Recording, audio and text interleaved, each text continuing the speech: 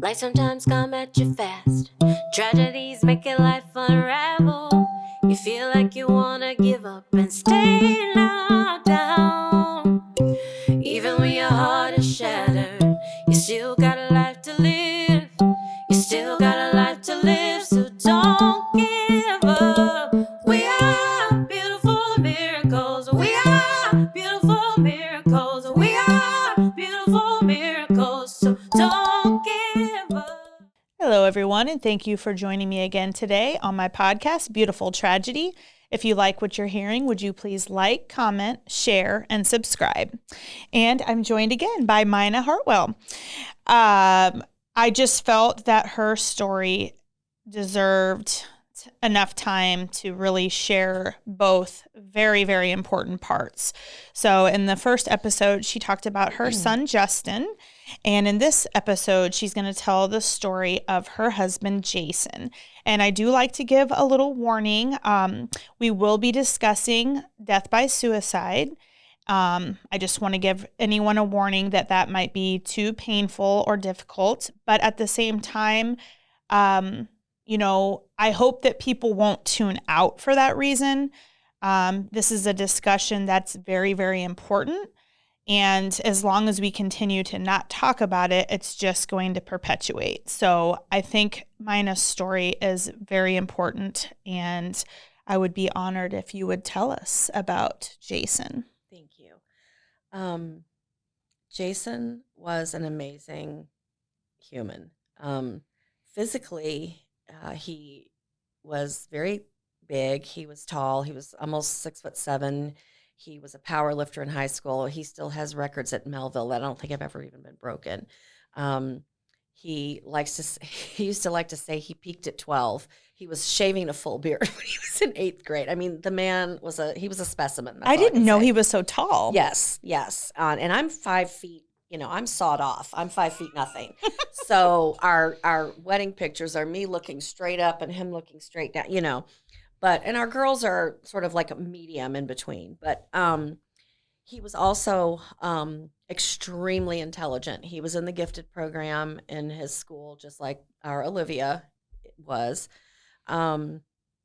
He was very funny. He was also extremely talented. He made furniture. He built houses. I mean, the man, he could fix anything.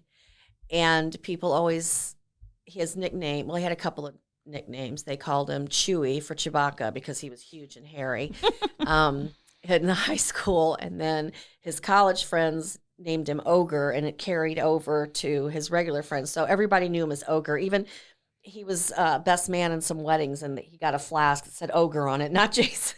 That's funny. But anyway, so he was just a great guy. And when we lost our son, he really didn't allow himself any time to grieve. First of all, while I was working part-time when our son died, he was the main breadwinner. And so he still had to go to work, and I mean, he would come home and find me in a pool of my own tears. I hadn't showered in 4 days. The kids were dirty. I mean, our shit was falling apart, Yeah. And before that time, Jason and I, both of us have always been on like a low dose antidepressant. I mean, I feel like at this stage of the game, who isn't? But Right. But neither of us ever had a real challenge with our mental health since we had known each other. And Jason's depression definitely got worse. Probably about 6 months after Justin died, he just was not himself. He just wanted to sleep all the time. He was just extremely unhappy. However, he had been suffering for years with back pain. He injured himself on the job. We almost lost our house because of the workman's comp case. It was just a disaster. But he never healed properly. And so he was plagued by chronic pain. And one thing that I didn't know until after he died was that, well, I knew he was using pain medicine, but I had no idea the amount. So, I feel like the opioid epidemic is part of the reason that my husband isn't here. Um, he would, I hate to call it pregame, but he would take pain medicine before he hurt because he hurt so bad. He had to go to work. He had to do all of the things, but anticipating the pain, knowing that it would put him out for a week, knowing, it was like he just wanted to prevent it. And so he was taking a lot of Vicodin, possibly as many as 12 a day.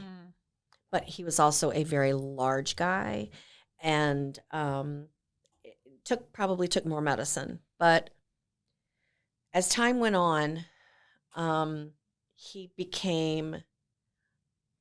developed an anxiety disorder. But when you're neck deep in grief, you're raising two very young children, and your husband is having issues. So in the morning, he would get up, and it became so common that the girls would come in from waiting on the bus and say, "Mom, Daddy threw up again." Excuse me. So for a while, we thought he had stomach issues, and he even went to the doctor. But he really wasn't ever diagnosed with it. They were prescribing him medication for things. And then when I did find out about the pain medicine, we talked about it, and he tried to ease up on it, but he really didn't ease up on it. And when he would run out, he would tell his mom. And the first time that he threatened to hurt himself,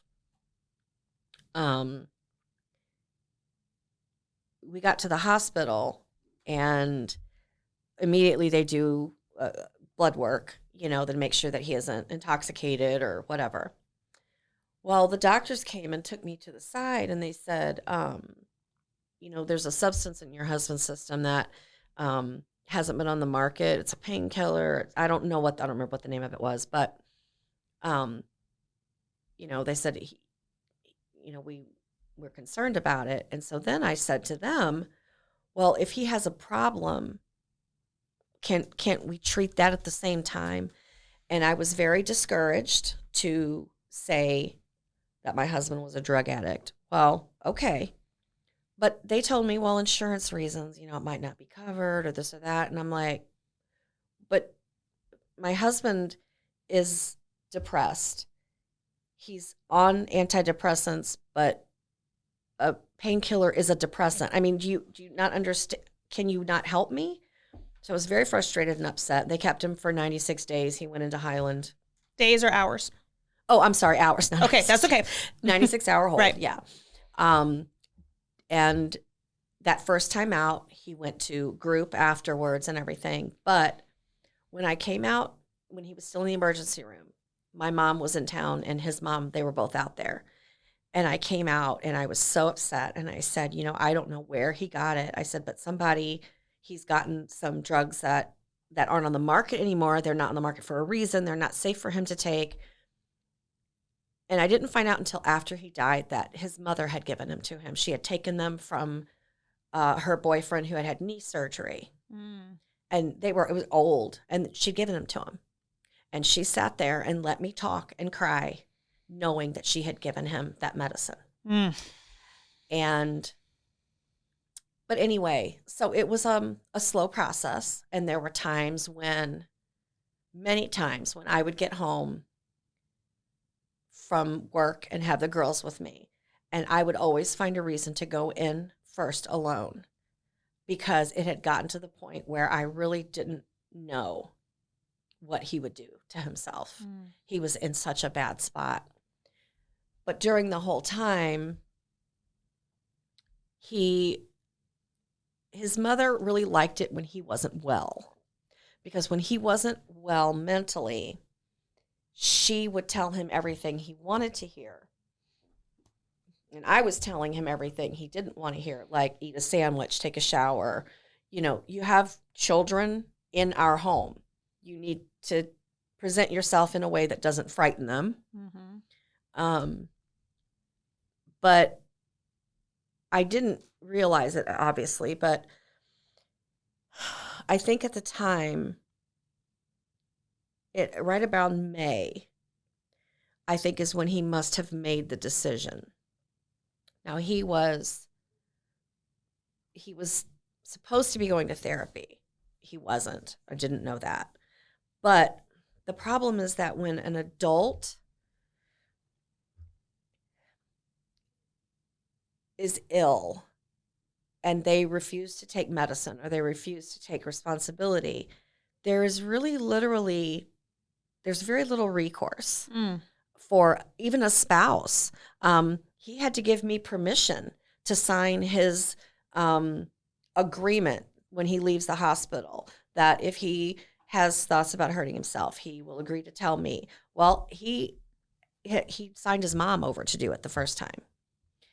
And, you know, and I respected it. And I said, okay, even though I knew it was going to be a disaster. But I let her. And then he had a couple of meltdowns. And then everything became okay. Everything became fine. And I have read since that when people finally make a plan and become okay with it, everything's fine because they feel like they finally gotten control. But I don't know if I don't know if that was truly a plan or if it just happened, because so many things about that night, so many things happened along the way that could have stopped it, but it was like a freight train. Nothing was going to stop it. And I say that because, and I'll give you kind of a brief rundown of that evening. We went to Collinsville, where I went to high school, to see a friend who was dying, a friend that I had gone to high school with and knew. And a bunch of my high school friends went with us, the people that we went on vacation with when I got pregnant with our son. You know, he knew everybody there. But apparently while we were at this place called Hurricanes, it's a little bar, he had a lot to drink, and I didn't know that. Probably prompted by social anxiety, and, you know, and he used to be able to drink a lot, you know, but he was on a high dose of Klonopin and Cymbalta and God only knows what else, and plus painkillers. Sure. So about 10:30, I guess it was, we decided to go. It was, you know, it wasn't really a party per se. It was a sad occasion. But when we got in the truck, I realized that he was drunk. And I was like, oh. And so but I had been drinking too. And I said, maybe we should go back to Ginger's and maybe, you know, not wait a minute until we drive home. We could even stay there. You know, the kids were still in Alabama with my mom. Well, they're in Tennessee now, but whatever. So anyway, he just became really, really, really upset and angry.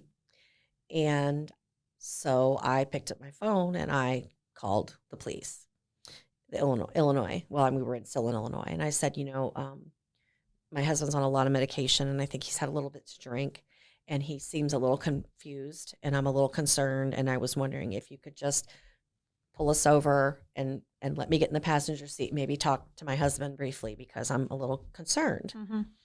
You know, we have 2 children. I don't want to die in a car crash, you know. Yeah.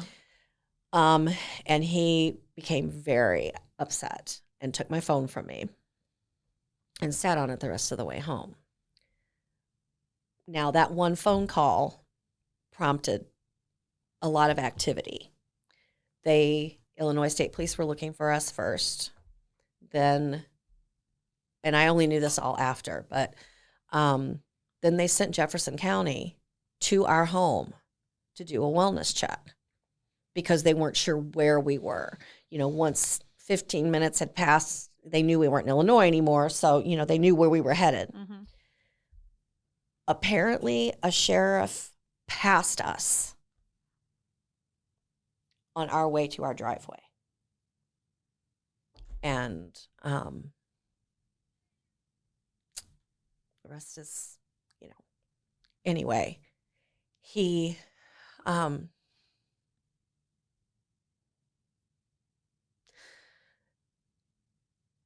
to know that he was in so much pain that, he had to make the conscious decision to go inside, get the gun, load it, go outside, and, pull the trigger. And I think,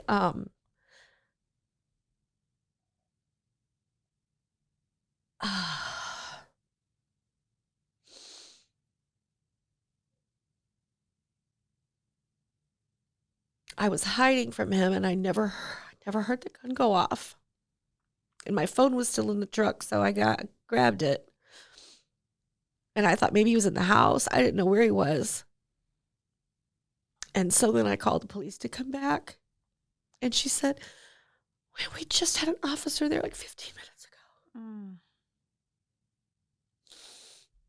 And so I met the sheriff out in front. And the way our road was, our driveway faced our neighbor's driveway across the street. I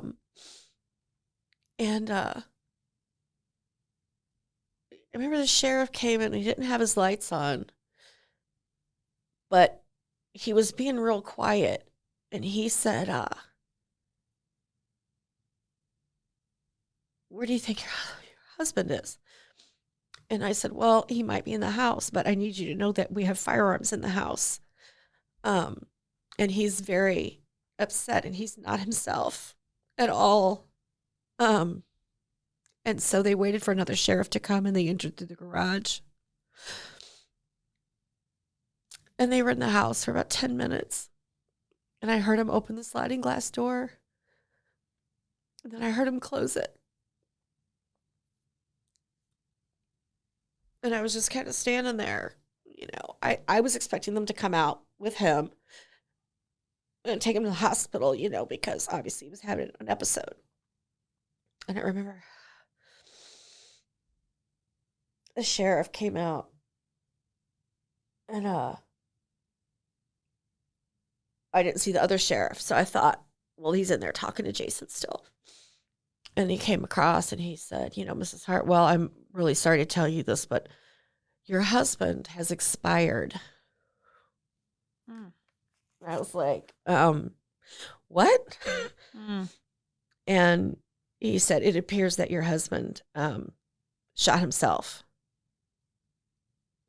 with a Beretta. And he is not living. I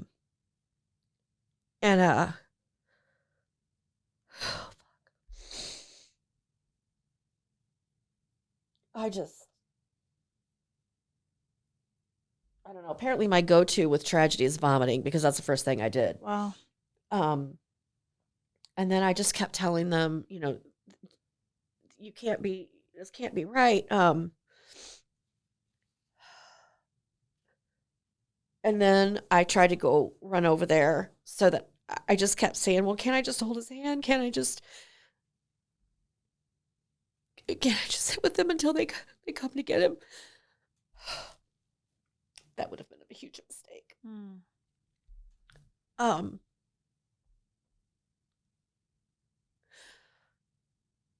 The next 12 hours got much worse because once my mom got there, my uncle drove her up from Tennessee and left my girls with my Aunt Margaret.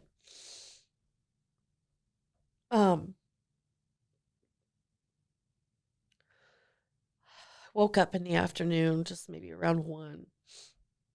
And I came downstairs and my mom and my uncle were sitting and they were both crying. And I remember my mom said, honey, I got to tell you something. And I thought, something happened to my girls. But my cousin Sam had died within hours of my husband in an ATV accident in California.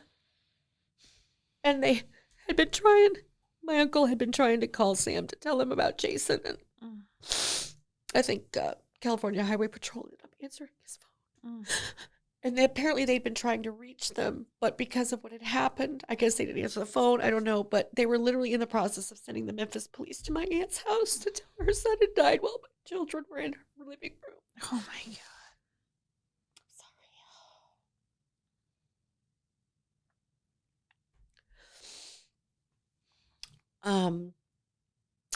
So instead of my aunt coming to me, we met halfway at a McDonald's parking lot. And that's why I had to tell my girls that something happened to their dad.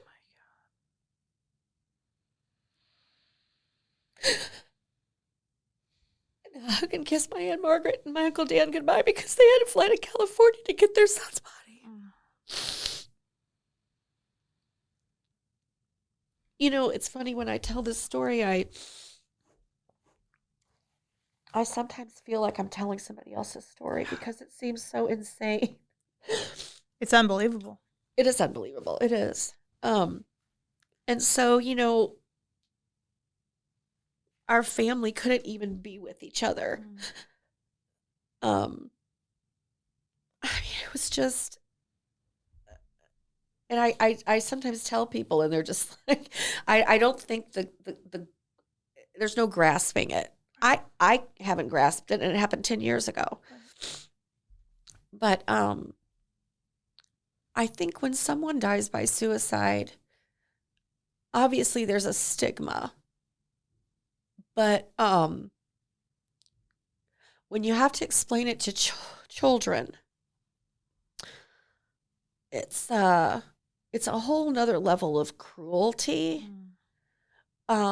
Because at 9 and 7, suicide wasn't a regular discussion, a topic of conversation at the dinner table. So it wasn't anything that was in their wheelhouse. However, they did know that their dad was sick, and we talked about it a couple times before he died. Of course, the end that he met with was not something any of us had anticipated, but we did tell the girls. I mean, both times he was hospitalized, you know, we both talked to them, and he said, you know, I'm sad. I just can't seem to get happy anymore, and so I'm going to go to the hospital for a little while. We were very honest with them in the simplest ways possible, again, because that was our parenting philosophy. But I remember Isabella said on the way home from McDonald's, from Hayti,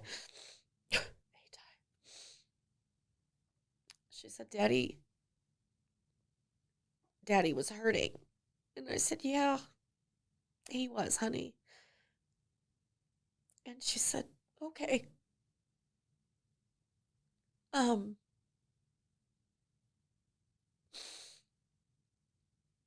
think of all the things that he has missed. Our children are such amazing human beings, and they'll never get to see the pride on his face. And that is so sad to me. It's such a waste. And I feel like I need to talk about it, I guess, because of the way I felt and the way,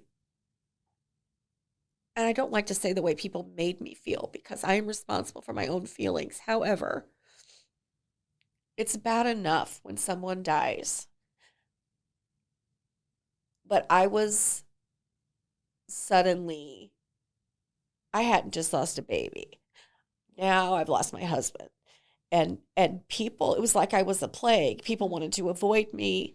I would go to the grocery store and I'd see somebody come around the corner and they just turn around and go back because it's too ugly. It's too ugly to talk about. And I think when you lose a child or a spouse or anything that's so sudden and tragic, people are absolutely upset and heartbroken. And it's okay, but they're also happy that it wasn't them. Yeah. And I'm sure you felt that. They can't even look at you because you remind them of all the terrible things that can happen to you. And I lost many friends after my husband died because they just simply couldn't handle it. A couple of them just told me, I just can't handle it. Wow. Well, you know what? I don't really want to handle it either. Yeah.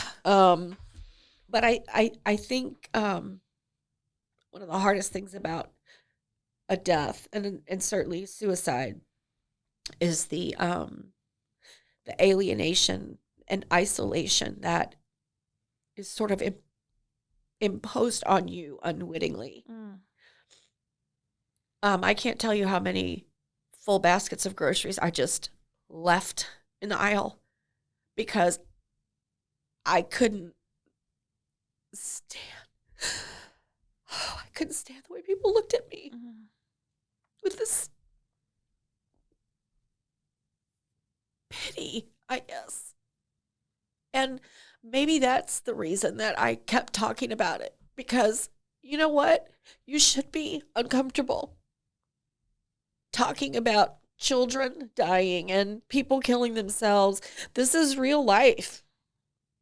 You know, I live in a town of 6,000 people and I lost my son and my husband in a 2-year span and my cousin on the same day. Horrible things happen, you know, but people want to pretend like they don't. And then when they happen to someone close, then they say, oh my God, this could happen to me. Mm-hmm. And I can't be reminded of it all the time, or I can't live my life. Well, I can't not be reminded of it. Yeah.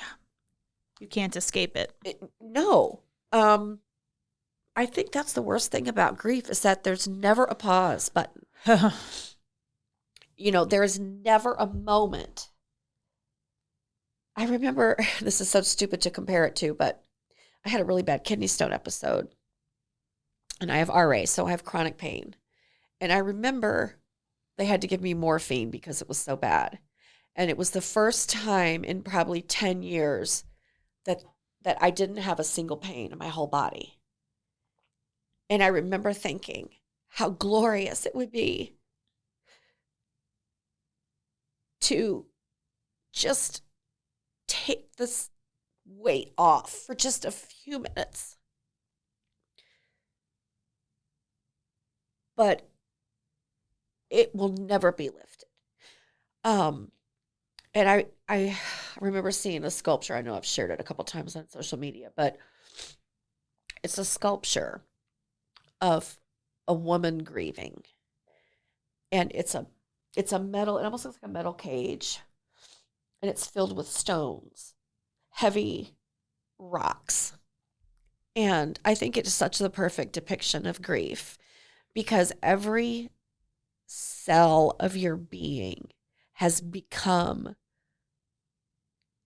a part of your grief, and all of your grief has become a part of you. You're just one big pile of grief, you know.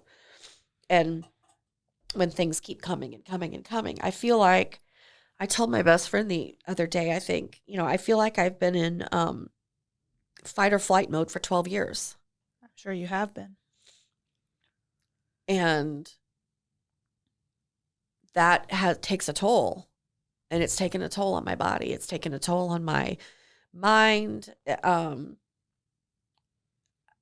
again, you know, talking about the physical nature of grief, it has a physical aspect to it that we just don't talk about enough. Well, we were supposed to record this a couple weeks ago, but there was a little reason why we couldn't do that. Yes, there was. Yes, there was. I had a heart incident, and I'm fine. But yeah, I mean, stress, especially in grief, for some reason, with everything else, you have a heart attack, you rest. You have a stroke, you have to go through rehab. You have a death, and in a week, you better be ready. Right. You know, you still got to earn a living. I still have to pay Ameren. Right. They don't care. You know, and again, it's the world is spinning and my world has stopped. Yeah. And I think that desire to get people to try to understand the way that grief is so all encompassing. And some days I'm smiling and laughing, and some days I feel like I'm drowning. And I think, I've been doing this with my son for 12 years and my husband for 10. And sometimes I think about how much longer I have to endure my life without them. And it seems so long and it seems so hard. You know, and so I try not to look at it that way, but sometimes it's impossible not to. Mm-hmm. But I just think of all the time I've already lived without them. And the prospect of living until 80 or 90 is not appealing to me. I understand that. And I hate to even say that out loud. I'm certainly not suicidal. Well, it's not like you want to die, but no, but I do. But living is painful now. Yes, it is. It is painful. Living is painful. Breathing is painful. Celebrating is painful. You know, every milestone my kids hit, I'm so excited. At the same time, I'm so pissed off. Right.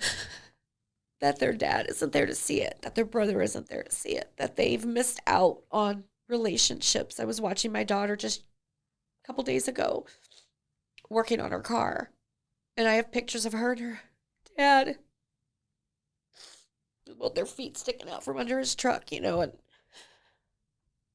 I mean, I'm so thankful for the time they had with him, but even like they tell me now, you know, they're like, Mom, you know, really my memories of Daddy are just really stories. You know, when your kid says to you, I don't remember what Daddy sounds like.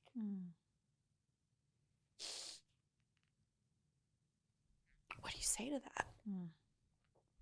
Just like when Ivan says to you something that breaks your heart, what do you say? You say, I know, buddy. I know, it hurts. But again, you know, I believe in talking about grief, and it is so hard, and it makes people so uncomfortable, and I know, I mean, I get it, but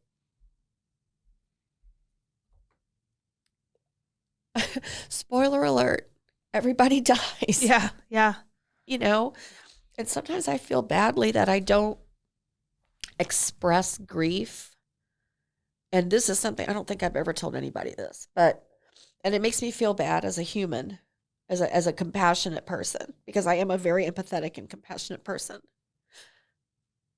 But when somebody says to me, oh, my 95-year-old great-grandmother died, and it's just so tragic, and I'm like, no, it really isn't.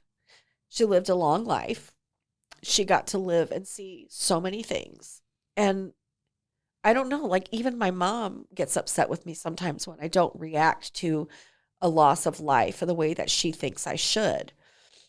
But sometimes I just can't feel empathy for somebody who died at 98 years old. I mean, your time was coming, bro, but Right. I get it. But I'm just like, yeah, that's a bummer. I've cried my tears, you know. There's a line from a movie, and it's a movie I don't think anybody ever has seen. It's called The Mirror Has Two Faces. I love Barbara Streisand. I'm a freak. But anyway, oh God, I can't even remember the quote now. This is me. I'm all over the place. But basically, oh God, just to redirect me because I don't grief even brain, grief brain. grief brain. That's exactly right. It's exactly right. But I guess my whole point was that you want people to understand you, and you want people to not feel your pain, but try to understand how hard it might be for someone you love to live their life every day without the people without the person they gave birth to, without the person they vowed their life to, walking around without those people with me is it's an experiment in terror. I mean, it's horrible. Right. And, this doesn't happen a lot anymore, my tears. But obviously, when I talk about Jason or when I talk about Justin, I want people to understand the just the void that is there all the time. Nothing will ever fill it. Nothing will ever make what's occurred right and okay. And at some point, you just have to be like, okay. And then you have to leave it where it is, And as much as I hate talking about it, it's become almost, like a nutrient for me. Sure. Because when I talk about it, ultimately someone else comes to me and says, I never wanted to tell anybody this, but I have a friend, and she and I were put together similarly to how you and I were by another friend. She lost her husband violently at the hand of her father, and then her son died in a strangulation incident with a window-blind cord. Mm. And we were put together, and we have become very, very close. When you lose a child in a tragic way, when you lose a child and you have to bury your child, you become part of a group that you never wanted to be a part of, a club of people who understand you, but at the same time you feel sick because you know exactly how they feel, and you don't want to be in it, but you need to be because these people understand you, and you understand them. And I think that connection is so important, especially with grief. Some people really like groups. I can't do groups. I prefer one-on-one, more kind of, discussion like we're doing today. Mm-hmm. But while my stories are tragic, they've allowed me to heal in a way that I don't think everyone has the opportunity to help others embrace their grief, I guess. Yeah. And not be ashamed of it, I suppose. Well, you have the opportunity to talk to people on a level that you just can't. There's no surface. There's no fake. This is as real and raw as it gets. Yes. And, Yeah. Yes, our stories are sad and so tragic. And at the same time, for me, the connection that you have with these people is just indescribable. It is. And I feel like it defies explanation, really. And I feel like we are drawn to each other one way or another. Yes. My best friend, Danny, she had twins and lost one to SIDS at 7 weeks. And when that happened, and she called me that morning, paramedics were still there. And I couldn't believe that my friend's baby just died. Yeah. And I knew at that moment how her life has just stopped. Yeah. But she still has a 7-week-old baby to raise and a little girl. And why were we put on each other's path? There's a reason. Yeah. And having her little boy and us being friends and my girls being friends with Lily and everything, it helped me heal. And it gave my girls an opportunity to know what it would have been like to have a baby brother. Yeah. And so I don't know. I feel like somehow when you have these kinds of tragedies, and it is a tragedy. I feel like you just put out that thing where people who also have tragedy are drawn to you, or people who you have to help in some way. Yeah. I don't feel like have to, but from the Well, you minute want to because you know the pain. Yes. And the minute I met Danny, she wasn't even pregnant when I met her. I mean, I didn't, I hardly didn't know her from anybody else, but we became fast friends. And, I mean, I just never in a million years would have thought that could happen. And it did. And you sharing your story. She already knew my whole story. And so to think that you were the person she chose to call in that moment. Yeah. That's very, very powerful. It is. And that's why sharing these stories is so important. It's vital. It's vital. Because I guarantee you there is someone here listening that's going to hear this and they're going to feel a little bit less alone. Mm-hmm. And absolutely. They're going to hear, I always say, if we can say one thing that impacts somebody, it can change their life. Well, and it can change the lives of their family members because they're aware. Right. And they're working through their grief. Yeah. I mean, if you think you're alone, I mean, you're going to continue to isolate yourself even more than you already feel isolated. You're just going to withdraw. And, when Danny and I met, I thought she was hysterical. She was like an older daughter to me. And I mean, and even our friends were just like, I can't believe this has happened. I can't believe she knew you. I can't believe you. It was just, my experience allowed her to bounce things off of me, and tell me things that she was thinking. And I told her things that I had thought when Justin died and when my husband died. I think the biggest thing that we both had in common was that we were afraid our other children were going to die. That was a huge, huge thing I had to work through. Mm-hmm. I mean, the last thing I wanted to do was put my kids in a box and wrap them in bubble wrap and never let them do another thing again. You can't do that. Mm-hmm. But I don't want to bury another child, so let me lose my mind over being a helicopter, But and so my experience, I shared that with her, and when I see somebody come through their grief and get to a point where it's a healthy grief. And I don't say that lightly. I mean, your grief never goes away, but you get to a point where you can carry it in such a way that it can help others, but it can also not be a burden to you. Mm-hmm. And some days it does feel like a burden. And some days I just wish I could just run away. Yeah.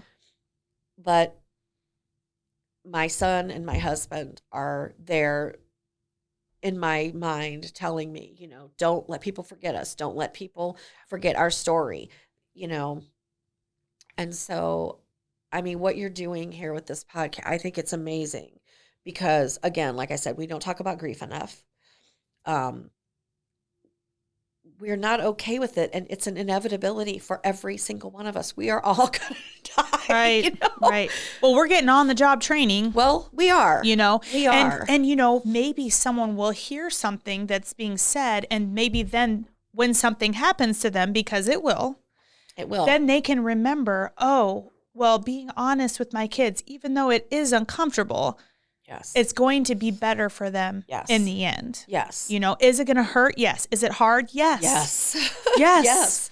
I think the worst 2.5 hours of my life was the ride from my home to my kids. Yeah. I kept thinking, what am I going to tell them? What am I going to tell them? Yeah. Tell them the truth. Yeah. That was my best that you can explain it. Yeah.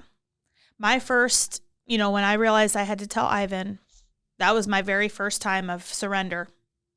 Help. You actually said, I don't know how to do can't. this. I Yeah. do not know how to do this. Please help me. Yeah. And I have done that over and over and over again because I don't know how to do this. yeah, no. I'm learning. Oh, it's so Right.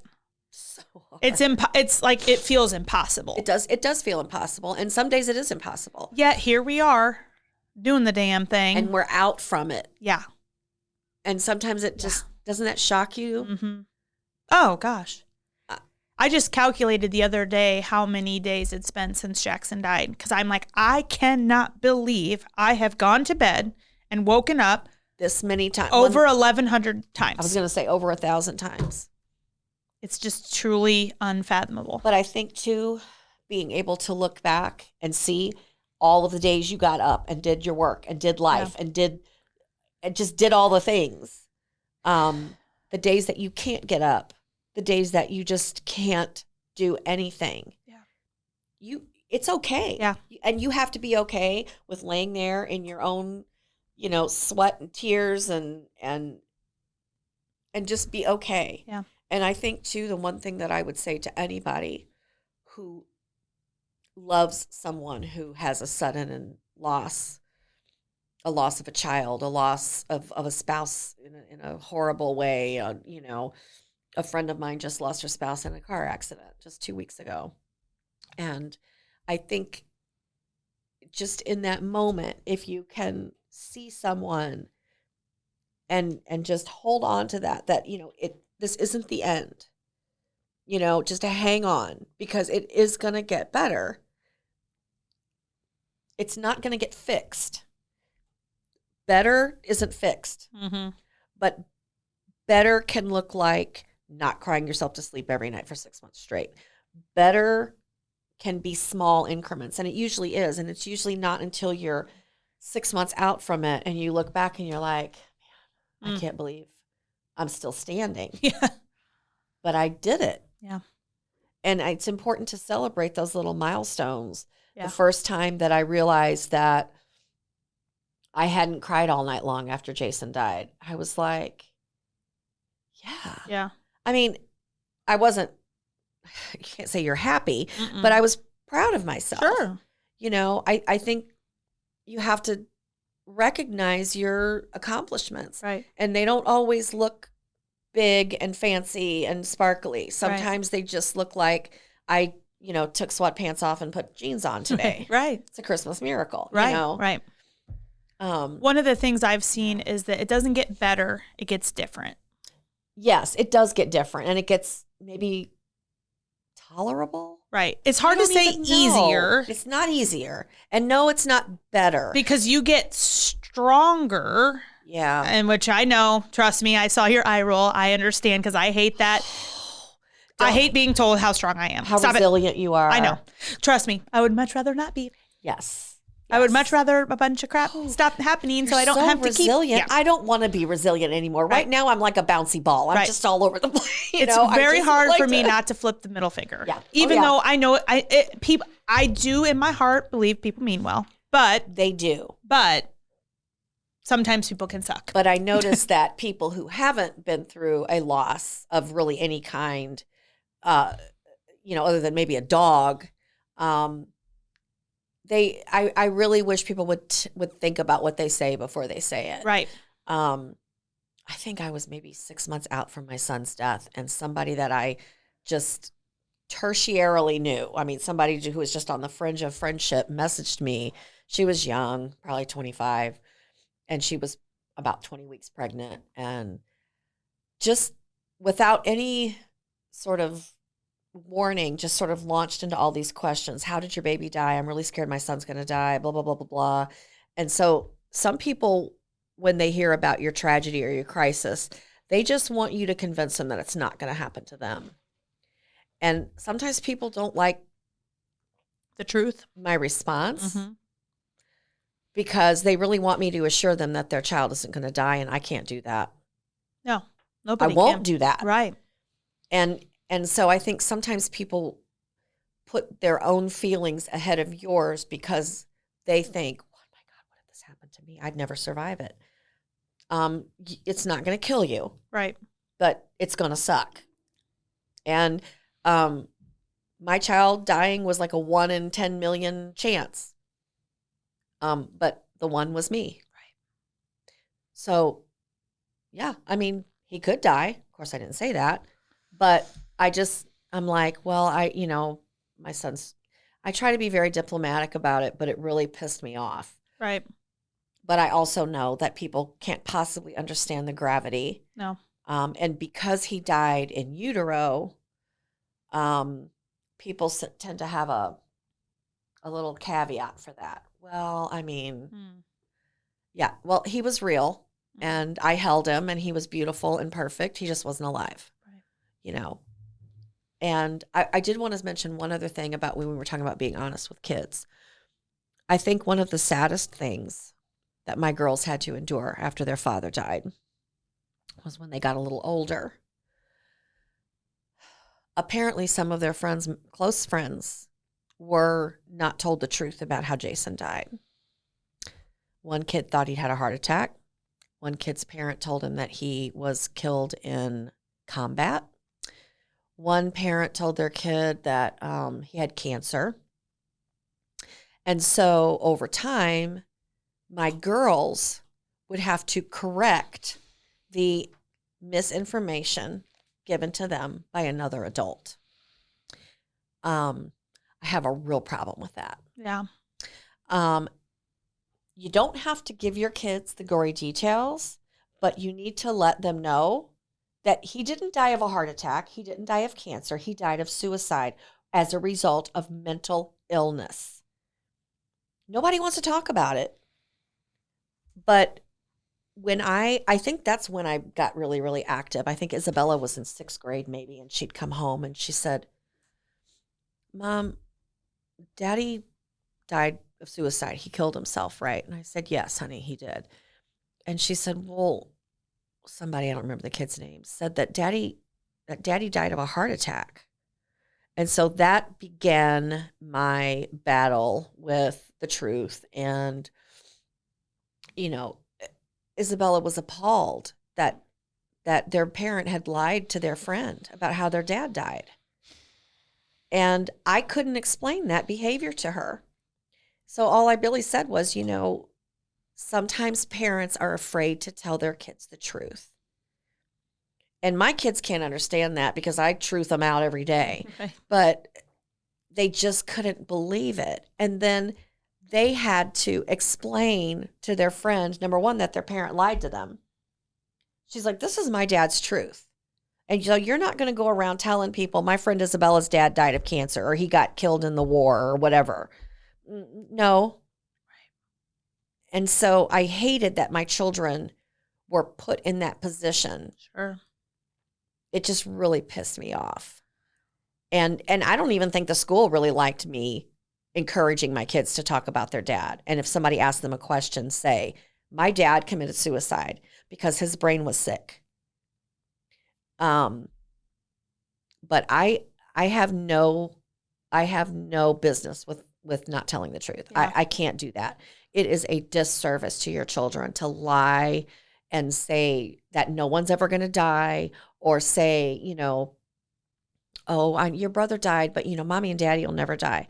Well, that was a mistake I made because 2 years later, daddy was gone. Yeah. So again, the truth is, it hurts. It does. It hurts, but it has to be said, and it has to be, the truth is important. Yeah. Well, it leads me to my ending quote. Each season, I've chosen a quote. The first season, it was a Ram Dass quote. We're all just walking each other home. Yes, I remember that. My second season was Maya Angelou. You do the best you can until you know better. And then when you know better, you do better. Yes. And my third season quote is by my therapist, Glenn Doherty. And he says that if you replace the word hard with important, it changes how you approach things. I love that. I have a new tattoo. Love that. Yes. That's how much I love it. I love it too. But what we are talking about is hard. It is. But it's important. And when you change that, just that little view, it changes how you approach it. It really does. It really does. I think it's brilliant. Thank you. And it wasn't me. I always have to give Glenn the credit because he has influenced me so very much. And I am almost speechless because this has been just as rich as I thought it would be. Well, I just can't thank you enough for having me, but for doing this, especially the podcast, because the reach is so much wider. And I think I just can't even imagine the amount of people that are benefiting from simply hearing the story of another person's pain and understanding that they are not alone. Yeah. It's so important to know that, the losses that you've had and that you've experienced, people can literally relate to and understand the magnitude of what you've lost, of what you've experienced. And yeah, I'm tired of being strong, but just like you, we do the things we do because we loved our child so much. We loved our husband. We loved our whomever. Yeah. Still do. It's part of healing. Yeah. Yeah. It's part of healing. Thank you, Mina. Thanks, Thank you so Carrie. much. We are beautiful miracles. We are